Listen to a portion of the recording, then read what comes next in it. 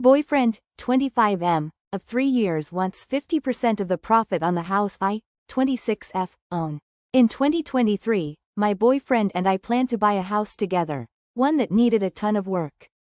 Since he was dealing with some legal stuff, we decided that I would take out a conventional loan in my name, and the house would also be solely under my name for now. Our plan was to split the initial payment, like down payment and closing costs and future renovation costs, 50-50. He really wanted a house that needed work. He likes projects, but I didn't really want that kind of responsibility.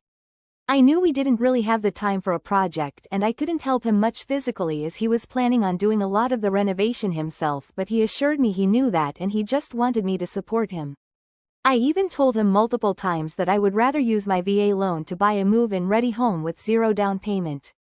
But he insisted I should save my VA loan for later, and that all I needed to do was support him. The week we were supposed to close on the house, we had a huge fight, and I was sure I was done with him. By that point, everything was already set up with the lawyer, and I felt stuck. I thought I had no choice but to go through with the purchase. So, I signed the papers. The loan and house were in my name as planned, and since I assumed I was doing this alone, I covered the down payment and closing costs myself. My plan was to apply for grants, fix what I could, and sell the house. But then we got back together, and he started helping with renovations. He put about $30,000 into the house between money and labor, but the house still wasn't livable. We weren't living there, and we couldn't rent it out either.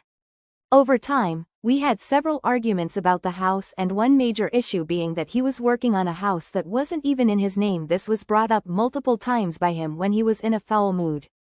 Again, he was still going through his legal stuff, so I told him I could either pay him